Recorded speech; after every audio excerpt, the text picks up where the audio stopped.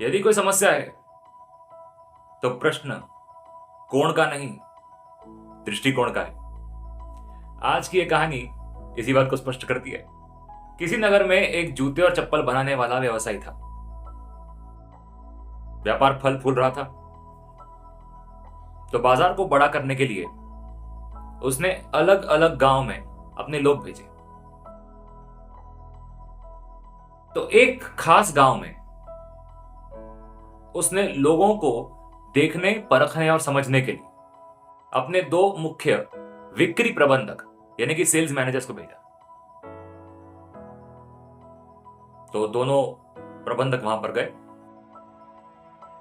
उस गांव की खासियत यह थी कि वहां पर ग्रामीण आदिवासी लोग कभी जूते चप्पल नहीं पहनते थे। तो दोनों प्रबंधक वहां पर आते हैं और लोगों को देखते हैं, पूरे बाजार का एक अंदाजा लगाते हैं, मुआयना करते हैं और दोनों के दोनों लौटकर अपने व्यापारी मुखिया के पास आते हैं।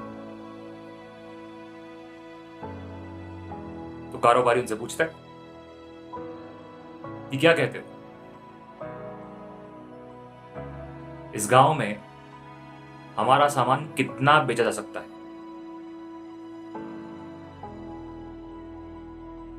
तो वस्तु तो दोनों ने एक ही देखी थी कि उस गांव में एक भी व्यक्ति, एक भी पुरुष, एक भी महिला, एक भी बच्चा जूते और चप्पल नहीं पहनता है। तो पहला प्रबंधक कहता है, माफ कीजिएगा सेठ जी, इस गांव में हमारा तो एक भी जूता या चप्पल बिकने से रहा। जहां पर कोई जूता या चप्पल पहनता ही नहीं है, वहां पर लागत लगा के हम क्या कर लेंगे? जहां पर लोगों को पैरों में कुछ पहनने की आदत ही नहीं है, भला वो हमारा जूता या चप्पल क्यों खरीदेंगे? तो सेठ जी, इस गांव को छोड़ दीजिए, ना यहां पर दुकान लगानी है और ना यहां पर लागत लगानी है, घाटे का सौदा होगा। तो सेठ जी ने पूरी बात सुनी। अब सेठ जी ने दूसरे प्रबंधक से पूछा कि तुम्हारी क्या राय है?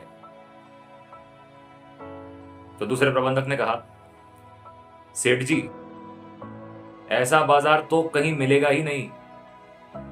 इस गांव में किसी को जूते और चप्पल पहनने की आदत ही नहीं है। सारे लोग नंगे पांव घूमते हैं, तो हम पहले होंगे जो इन्हें जूते और चप्पल पहनना सिखाएंगे। सेठ जी, आज तक वहां पर कोई जूता या चप्पल बेचने वाला व्यापारी नहीं गया है। हम पहले होंगे तो हमें कोई चुनौती भी नहीं होगी। इसलिए सेठ जी, बिना वक्त लगाए हमें इस बाजार पे नियंत्रण करने का सोचना चाहिए। जल्दी से जल्दी यहां पर दुकान खोलने की सोचनी चाहिए। और यदि आप मुझे आज्ञा दें तो इस पूरे के पूरे कारोबार को मैं आगे बढ़ाना चाहूंगा। मैं आपसे वादा करता हूं कि इस गांव के एक एक व्यक्ति के पैरों में चप्पल पहनाने की मैं पुरजोर कोशिश करूंगा। जितना हो पाएगा उतना मुनाफा कमाकर आपको ला कर दूंगा। तो कहानी तो एक ही थी, समस्या भी एक ही थी। जब गांव का मुआयना किया गया तो वो भी एक ही था, लेकिन प्रबंधक एक और प्रबंधक दो के बीच में जो फर्क था वो था दृष्टिकोण का। एक ने नकारात्मक दृष्टिकोण को अपनाया, दूसरे ने सकारात्मक। तभी तो मैंने कहा, यदि समस्या है तो प्रश्न कोण का नहीं, दृष्टिकोण का है। सत्य सनातन, जय सनातन, ज्ञान यज्ञ जारी।